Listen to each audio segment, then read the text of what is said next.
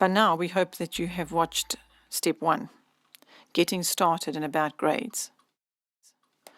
Mostly, we have found that parents generally feel as though they are not qualified to assess their own children, and that they need an educational expert to do this for them. But here at Oikos, we hope that you're going to come to view this differently, for we are convinced that a parent knows their own child better than anyone else. However, it seems that due to parents being told that they are not able to make these assessments themselves, they believe this, and so now consequently they lack the confidence to take these assessment steps. So we're going to help you now and show you that not only is it very simple to assess your own child, but it is also enlightening and helpful for you to do this yourself. I'm going to paint the big picture for you. The big picture looks like this.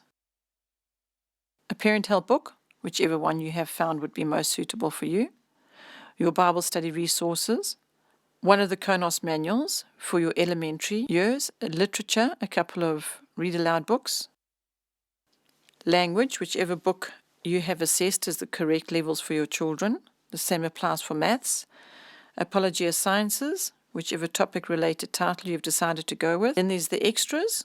Remember now, I'm painting the big picture for you. Okay, so there's Drawing with Children, Vocal Coach Series, 180 Days, and Bookkeeping. That's it. That's the big picture. Then there's a few good reasons why you should assess your children yourself.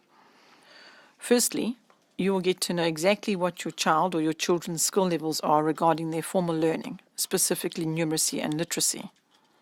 Second, because you, the parent, will be sitting with your child while you do these simple assessments, you'll come to have a deep understanding and awareness of where they have reluctance and where they lack confidence, or where they're strong. Therefore, you'll be more in touch of what you need to get for them. After doing the assessment with each child, you, the parent, will be informed and so better equipped to make correct decisions regarding which level of resource or curriculum you need for each child.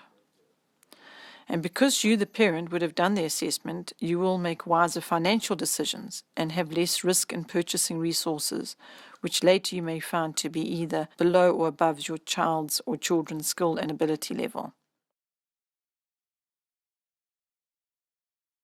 For the sake of illustrating this next good reason, I'm going to give you a scenario.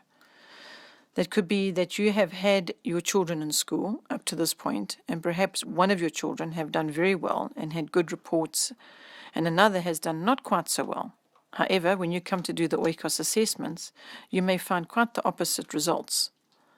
This is not uncommon, and the reason for this is that perhaps the child that has done well has been good with rote learning, and so they have presented good results, but they may not necessarily have understanding of what they have learnt.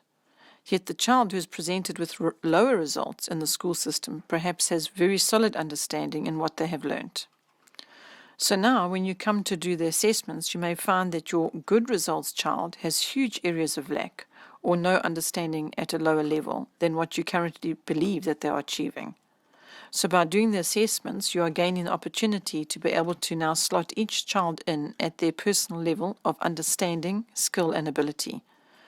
Furthermore, you, the parent, now has a better understanding yourself of where you need to support each of your children in their learning from this point onwards. Another point is, because Oikos does not place focus on grades, but rather skill levels, being that the books start with basic skills and simply move along adding to the skills as the child proceeds. Consequently, a child does not have to feel as though they are being placed in a program at a grade lower than where they currently are in a school system. A practical example of this. Perhaps a child never fully understood division, and the Delta book in Maths you see focuses on division. After doing the assessment, you establish this to be their level, and so you would then order the Maths you see Delta books.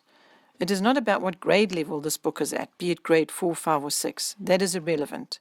This is a maths curriculum book focusing on division.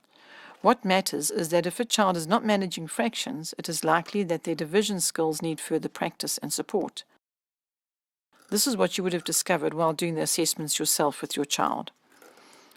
For the sake of the grade reference, for familiarity to what you are used to, we have put approximate grade levels with each title, but we hope you realize that these are not for you to be your guide or even your reference to which book you should order. Rather, allow the results of the assessment and your experience of getting to know your child's skill level to be your guide. So now, without any further ado, let us take the steps into doing the assessments.